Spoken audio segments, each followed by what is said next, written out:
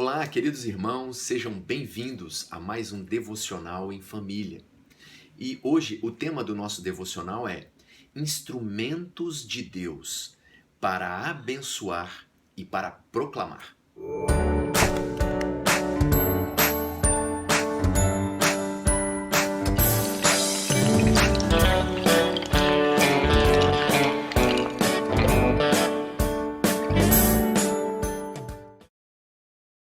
O texto bíblico que a gente vai ler hoje se encontra em Daniel, no capítulo 2. Nós vamos ler os versículos 27 a 30. Primeiramente, vamos até o 29. Diz assim a palavra de Deus. Daniel respondeu: Nenhum sábio, encantador, mago ou adivinho é capaz de revelar ao rei o mistério sobre o qual ele perguntou. Mas existe um Deus nos céus que revela os mistérios. Ele mostrou ao rei Nabucodonosor o que acontecerá nos últimos dias. O sonho e as visões que passaram por tua mente quando estava deitado foram os seguintes: Quando estavas deitado, ó rei, tua mente se voltou para as coisas futuras, e aquele que revela os mistérios te mostrou o que vai acontecer. Joia, esse episódio aconteceu no reinado da Babilônia. Daniel ele foi deportado para a Babilônia. ah, os babilônios haviam dominado a sua cidade, o seu país, e ele então é tirado de lá e é levado para a Babilônia. Vive na corte e ali então o rei teve um sonho ou visões durante a noite, e isso estava trazendo muita perturbação ao rei da Babilônia. E ele então decide exigir que os seus sábios, seus entendidos, seus conselheiros reais dessem a ele a revelação de qual foi o sonho que ele teve e também interpretassem o seu significado. E se eles não o fizessem, então o rei havia emitido um decreto que era para executar todos aqueles seus conselheiros sábios do reinado da Babilônia, caso eles não dessem a revelação de qual tinha sido o seu sonho, as suas visões e também a interpretação deles.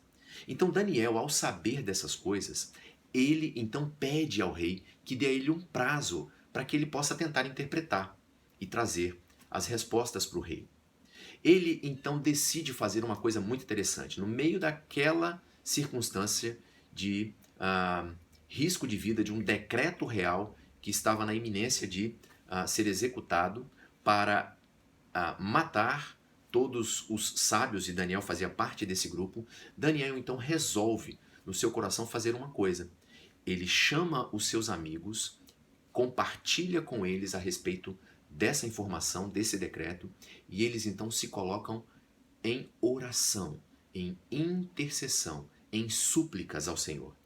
Muito interessante porque às vezes nas situações mais difíceis da vida a gente entra em desespero e às vezes a nossa fuga vai para outros lugares e não para Deus. Mas Daniel resolve no seu coração colocar-se diante de Deus em quebrantamento, render-se ao Senhor, sabendo que ele não tinha mais o que fazer.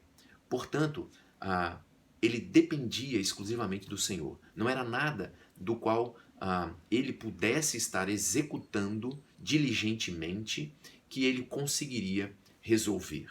Aquilo era fora da capacidade humana. Então ele se coloca diante de Deus, pedindo, rogando a Deus para que Deus pudesse fazer aquilo que era impossível aos homens fazer: dar entendimento, revelação e sabedoria a respeito daquilo que estava acontecendo. E o que acontece é que Deus dá essa resposta a Daniel. Daniel recebe do Senhor, então, não só a descrição do sonho que o rei Nabucodonosor teve, mas também ele recebe a revelação do significado daqueles sonhos, daquelas visões que o rei teve. Então, Daniel agora, como nós vimos nos versículos 27 a 29, ele se dispõe a responder ao rei. E olha que interessante, aquele que se coloca diante de Deus em quebrantamento e sabe que de fato não é nada diante do Senhor e que o Senhor é tudo, ele se coloca a responder ao rei de uma forma extremamente dedicada e voltada ao Senhor. Ele começa dizendo exatamente isso ao rei: olha, rei, não há homem nesse mundo capaz de dar ao Senhor resposta da que o Senhor está procurando. As suas aflições, as suas angústias, os seus temores internos provocados por esse sonho, o Senhor não vai encontrar em ninguém apoio que possa lhe dar solução e resposta. O único que pode fazer isso pelo Senhor é o Deus soberano, Criador dos céus e da terra, que é soberano inclusive sobre o reinado da Babilônia. Então, Daniel se coloca diante do rei para proclamar a respeito do Deus Criador, do Deus soberano, que se importa também com o rei da Babilônia e com o povo da Babilônia. E então Daniel é um instrumento de Deus nesse momento a trazer graça, alívio ao rei que está aflito em seu coração por conta de tudo aquilo que estava incomodando a sua mente, e ele se coloca como um instrumento de Deus também para proclamar, para revelar ao rei o Deus do qual o rei precisava conhecer, honrar e reverenciar. Então, você vai observar no versículo 30, o versículo seguinte a essa narrativa, aquilo que Daniel fala a respeito de si. Ele se vê como, de fato, um instrumento de Deus no meio dessa circunstância na qual a sua vida está em perigo. Observa comigo o que Daniel fala com o rei no versículo 30. Quanto a mim, esse mistério não me foi revelado porque eu tenha mais sabedoria do que os outros homens, mas para que tu, ó rei, saibas a interpretação e entendas o que passou pela tua mente. Olha que interessante. Daniel entendia o contexto no qual ele estava vivendo aquela situação de risco da sua vida. Ele entende que o foco não está nele, o foco não está no rei, o foco está em Deus, que tem propósitos com aquela circunstância. Então, não é somente livrar Daniel da morte que Deus está preocupado. Daniel entende isso e ele vai dizer claramente: olha, o foco não está em mim, ó rei. Eu não sou o cara nessa história. Há um Deus no céu. Ele é a pessoa da qual nós devemos nos ocupar em temer, adorar, reverenciar e viver plenamente com ele. Daniel está preocupado e entendendo onde está o foco, que é em Deus. Ele sabe que nesse contexto ele é um instrumento de Deus para trazer bênção e para proclamar a pessoa de Deus. E ele sabe que o objetivo de Deus não é apenas com Daniel, o objetivo de Deus é com o rei da Babilônia. Deus tem um recado para o rei. Deus quer ser conhecido pelo rei. E Deus está usando a vida do seu servo Daniel, um homem temente a ele, para que traga isso ao rei. Por isso Daniel claramente está dizendo: rei, Deus está querendo falar com você. E ele me usou porque eu sou um servo dele. Então Daniel se coloca nessa condição para falar e trazer entendimento ao rei a respeito das coisas que estavam passando na cabeça do rei. Agora, eu queria trazer um outro texto da palavra de Deus nessa nossa reflexão. Ele se encontra lá em Ezequiel, no capítulo 22. Nós vamos ler os versículos 30 e 31. Diz assim: procurei entre eles um homem que erguesse o muro e se pusesse na brecha diante de mim e em favor da terra, para que eu não a destruísse, mas não encontrei nenhum só.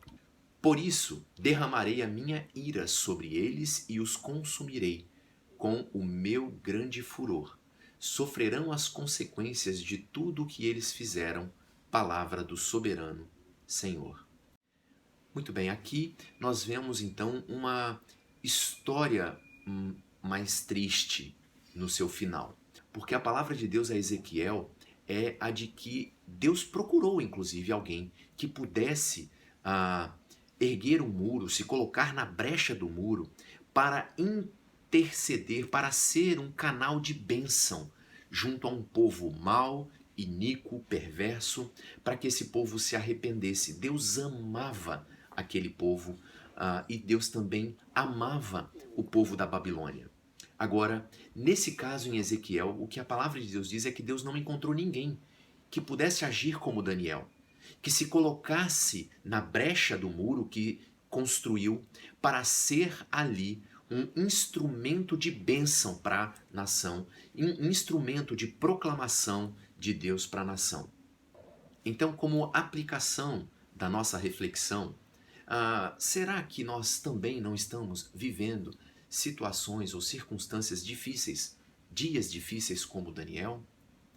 Como talvez o povo de Israel aqui em Ezequiel, no capítulo 22? E, de fato, na nossa reflexão, que a gente possa entender o nosso papel diante de Deus. E qual é o objetivo de Deus nesse mundo?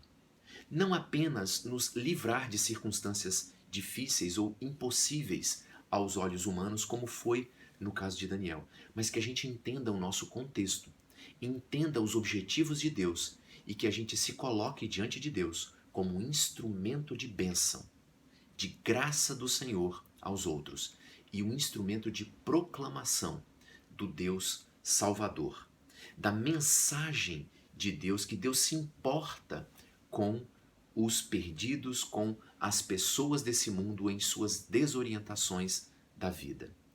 Por meio de Jesus Cristo, nós temos a boa notícia da revelação do amor de Deus, que nós possamos de fato ser proclamadores desse evangelho maravilhoso de Jesus Cristo, que morreu na cruz pelos nossos pecados, ressuscitou ao terceiro dia, é vivo hoje, não só à destra de Deus, mas nos nossos corações, nos corações daqueles que humildemente se entregam a Ele, confessam seus pecados e creem nele, vivo, ressurreto, Senhor da glória, que voltará um dia para levar aqueles que são seus para junto de si, no seu descanso eterno.